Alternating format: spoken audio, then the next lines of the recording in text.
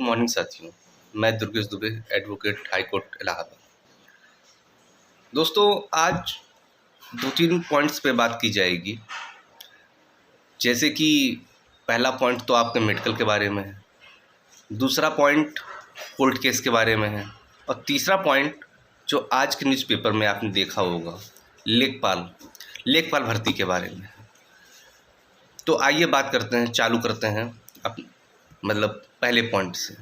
भाइयों, अगर मेरा जो भी मतलब ये वीडियो है, अगर आपको लगता है कि जो भी इसमें बताया जाता है एकदम ऑथेंटिक बताया जाता है, एकदम सही बताया जाता है, तो आप मेरा वीडियो सब्सक्राइब और लाइक कर दीजिए। आइए देखते हैं भाइयों। जैसे कि आपको मालूम है, मेडिकल कल जो है, कल एक क्या बोलते हैं, एक पेपर मतलब एक नोटिस जिसे कह सकते हैं, मतलब वायरल हो रही थी, जिसमें कि जो अदर राज्य होते हैं, जो अदर मतलब राज्य हैं, क्योंकि वो भी यूपीएसआई में फॉर्म डालते हैं, तो उनके मेडिकल के बारे में बताया गया है। उनके मेडिकल के बारे में इसलिए अलग से बोर्ड गठित किया जाता है। आपको मालूम होगा, जो मेडिकल होता है, जैसे जो लड़का यूपी का है, जिस डिस्ट्रिक्ट का है, तो उसका मेडिकल उसी डिस्ट्रिक्ट में होता है। पर अब जैसे मान लीजिए अलग राज्य का, मतलब दूसरे राज्य का लड़का, जो कि जनरल में काउंट होता है, और उसने यूपीएसआई की भर्ती में मतलब पास कर ली, तो उसका मेडिकल कराना है। तो अब उसका मेडिकल उस क्या बोलते हैं उस राज्य में तो हो नहीं सकता है, तो उसके लिए कुछ मतलब अलग से पैनल बनाए जाते हैं, कुछ ज़िले अलग से बनाए जाते हैं कि वो क्या बोलते हैं, वो उसी राज्य के और उसी संबंधित राज्य के वो पैनल उसका मतलब मेडिकल करेंगे। तो वो नोटिस वही था। तो आपने एक चीज़ उसमें ध्यान दिया होगा, उसमें जो डेट पड़ी थी वो 27 की थी, ठीक है। तो उसमें अभी सिर्फ और सिर्फ मतलब पैनल बनाने की बात कही गई है, मतलब इस राज्य का इस ज़िले में मतलब पैनल बनेगा, मतलब इस राज्य के बच्चों का जो भी सेलेक्ट हुए हैं यूपीएसआई में, उनका मेडिकल जो है इस ज़िले में होगा। इस बारे में अभी सिर्फ उसमें बताया गया था। तो आपको जैसे मालूम है, ऊपर 27 लिखा है। 27 मतलब वो डेट लिखी जिस डेट को वो निर्गत हुई। तो जैसे कि लोग पूछे कि जैसे कि पहले चल रहा था कि 1 तारीख से मेडिकल स्टार्ट हो जाएगा। अब हमें ये बताइए भाइयों कि अभी तो मतलब प्रक्रिया चल रही है इसकी, 1 तारीख से मेडिकल जैसे कि आपको मालूम है नहीं स्टार्ट होगा। और ये बात जो कल जो पेपर निकल के आया है, नोटिस निकल के आया, ये बात मैंने अपने पहले ही वीडियो में बता दिया था आपको कि जो भर्ती बोर्ड है वो आपके मेडिकल की तैयारी कर रहा है। क्योंकि मुझे जो भी न्यूज़ मिली थी मैंने उसको बताया, क्योंकि मैं डेट तो इसलिए नहीं बता सकता था क्योंकि डेट आगे पीछे बढ़ती रहती है, ठीक है। तो जैसे जैसे और ये एक चीज़ और भी हमने पूरा जब पढ़ा, तो जैसे कोई भी चीज़ जैसे मान लीजिए बहुत जल्दी होता है, बहुत जल्दी कराना होता है, तो भर्ती बोर्ड उसमें लिख के आता है कि अतिशीघ्र मतलब ऊपर लिख के आता है कि अतिशीघ्र मतलब बहुत ही जल्दी उसको मतलब उस चीज़ पे अप्लाई करना है। उस पे ऐसा कहीं कुछ नहीं लिखा है, ठीक है। मेरे कहने का मतलब सिर्फ ये है कि अभी मेडिकल की जो न्यूज़ है, जो डेट है, वो आप उस चीज़ को क्लियर बिल्कुल मत मानिए, ठीक है। क्योंकि जैसे कि मैंने आपको पहले ही वीडियो में बताया कि जैसे जैसे मतलब कोर्ट केस चल रहा है, लास्ट में पहुंच चुका है, 37 का रिजॉइंडर लग चुका है।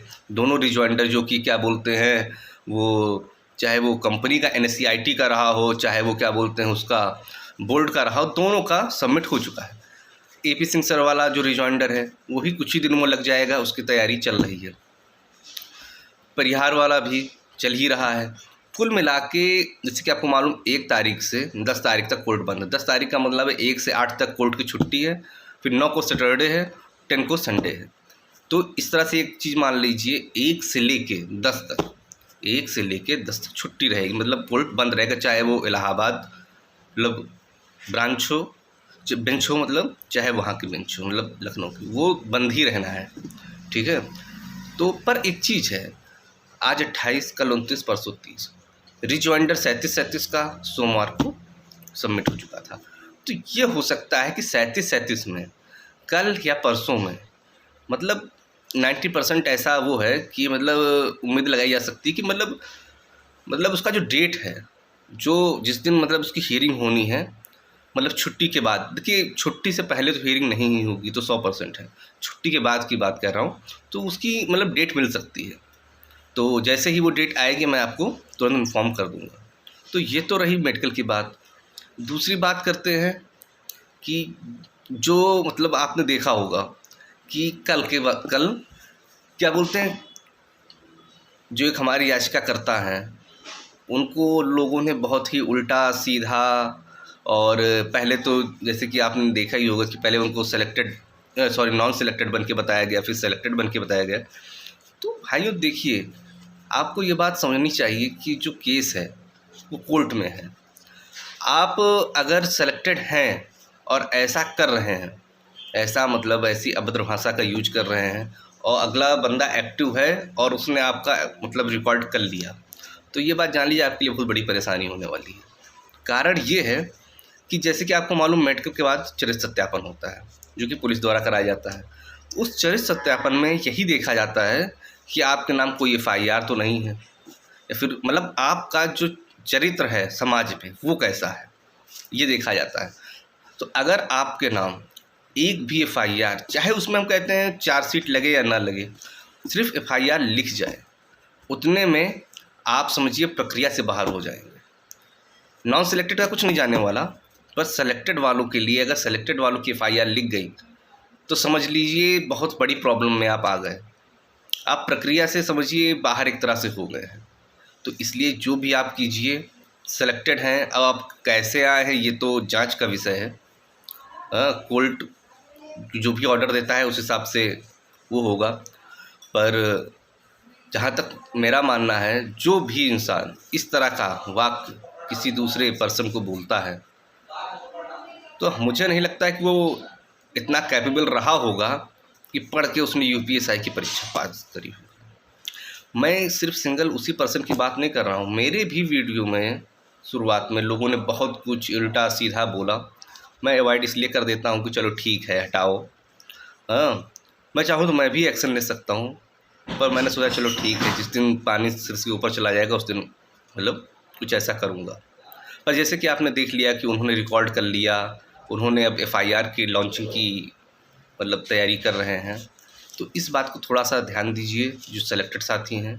कोई भी गलत तरह का काम मत कीजिए, किसी को अभद्र भाषा, किसी का अभद्र वीडियो, किसी भी तरह की मतलब जो समाज में अभद्रता फैलानी है उस चीज़ को ना फैलाइए, बहुत ही संयमित रहिए, ठीक है। तो ये तो बात हो गई आपके मतलब जो कल एक घटनाक्रम हुआ उसका। अब एक बहुत ही मतलब हाईलाइटेड वैकेंसी जो UPSI के बाद थी लोगों के बीच में, वो थी लेखपाल। बच्चों ने मेहनत किया, पेट निकाला, अच्छे नंबर लाए। पेट निकालने के बाद उनको बहुत लंबा इंतज़ार करना पड़ा लेखपाल परीक्षा देने का। लेखपाल परीक्षा की उन्होंने पूरी अच्छी से तैयारी की। तैयारी करने के बाद जब वो परीक्षा में गए, परीक्षा में उन्होंने अच्छा स्कोर किया। अच्छा स्कोर करने के बाद जब वो बाहर आते हैं तो उनको पता चलता है पेपर तो लीक हो गया, ठीक है, पेपर तो लीक हो गया है, अब क्या होगा। तो ये एक मतलब समझिए कि समाज में कितना बड़ा उस बच्चे पे वो लगा होगा कि जिसने पूरे साल तैयारी की, पेट क्वालिफाई किया, सब किया, उसके बाद आप समझ लीजिए इस बात को। फिर चलिए ठीक है, मतलब कई एजेंसी द्वारा ऐसा कहा गया कि पेपर लीक नहीं हुआ है, पेपर को सिर्फ नकल मतलब करने की कुछ लोगों ने कोशिश किया है। तो ये हुआ कि चलो ठीक है, कुछ लोगों ने नकल करने की कोशिश किया और वो पकड़ लिए गए, तो चलिए ठीक है, कुल मिला के मतलब जिन लोगों ने गलत किया वो तुरंत पकड़ भी लिए गए, तो उनका सिलेक्शन तो वैसे वहाँ से ख़त्म हो जाएगा। तो ये हुआ कि चलिए ठीक है, मतलब कोई इतनी बड़ी करप्शन नहीं हुआ। पर उसके बाद की बात मैं करता हूँ, उसके बाद क्या हुआ, उसके बाद कुछ ही मतलब हमारी समझ से 45 दिन बाद इलाहाबाद के नैनी में कुछ मतलब STF ने कुछ ये मतलब जो मैनेजर होते हैं, मतलब मैनेजर का मतलब जो स्कूल संचालक प्रबंधक होते हैं, तो 8 प्रबंधक पकड़े गए। 8 प्रबंधक उसके बयान पे पकड़े गए जो इस गैंग का सरगना था, उसके बयान पे ये 8 प्रबंधक पकड़ लिए गए। 8 प्रबंधक मतलब समझ रहे हैं, 8 स्कूल जो 8 स्कूल संचालित कर रहे हैं, उन सभी का इसमें मतलब लेखपाल में रुपए लेके फर्जी कैंडिडेट बैठाल के, अब अनियम जैसा भी उन्होंने किया हो, गलत तरीके से बच्चों को उन्होंने पास कराने की कोशिश की। अब समझ लीजिए 8 कॉलेज में कितने बच्चे रहे होंगे। तो उस समय ये बात चल रही थी कि मतलब हो सकता है कि इन 8 कॉलेजों की मतलब जो एक वो है पेपर है वो रद्द कर दिया जाए। उस समय ये बात चली। उसके बाद फिर क्या, वो मामला थोड़ा ठंडा हो गया, उसके बाद कुछ ऐसा आया नहीं। तो पर एसटीएफ जांच कर रही थी, उसने धीमे धीमे जांच करती रही, दायरा बढ़ाया उसने। दायरा बढ़ाने के बाद उन्होंने मतलब जैसे कि होता नहीं, रिमांड लेके फिर उनसे उनका बयान लिया। बयान लेने पे उन्होंने ऐसे चौंकाने वाली बात बताई कि जो कि आज पेपर में निकली है। पेपर में निकला है कि 15,000, लगभग 15,000 से अधिक संदिग्ध लोगों ने ये परीक्षा दी। संदिग्ध का मतलब ये है कि मतलब जो गलत तरीके से पेपर पास करने के लिए बैठे थे और उनको बाहर से मदद पहुंचाई गई।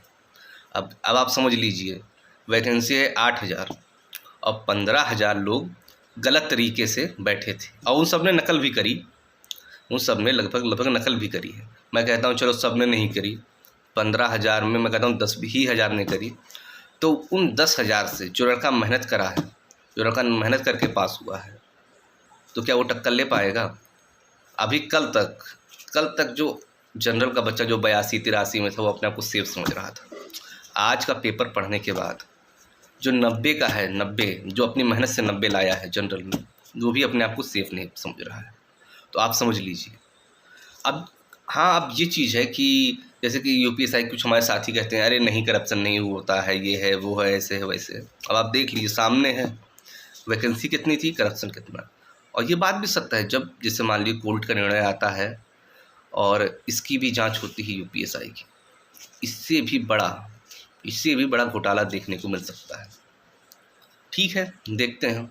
पर यह है कि मतलब जो भी भ्रष्टाचार है, भ्रष्टाचारी है, उसके खिलाफ आवाज़ उठाइए, गलत बयानबाजी ना कीजिए और मेडिकल के लिए अपने आप को फिट रखिए। Thank you.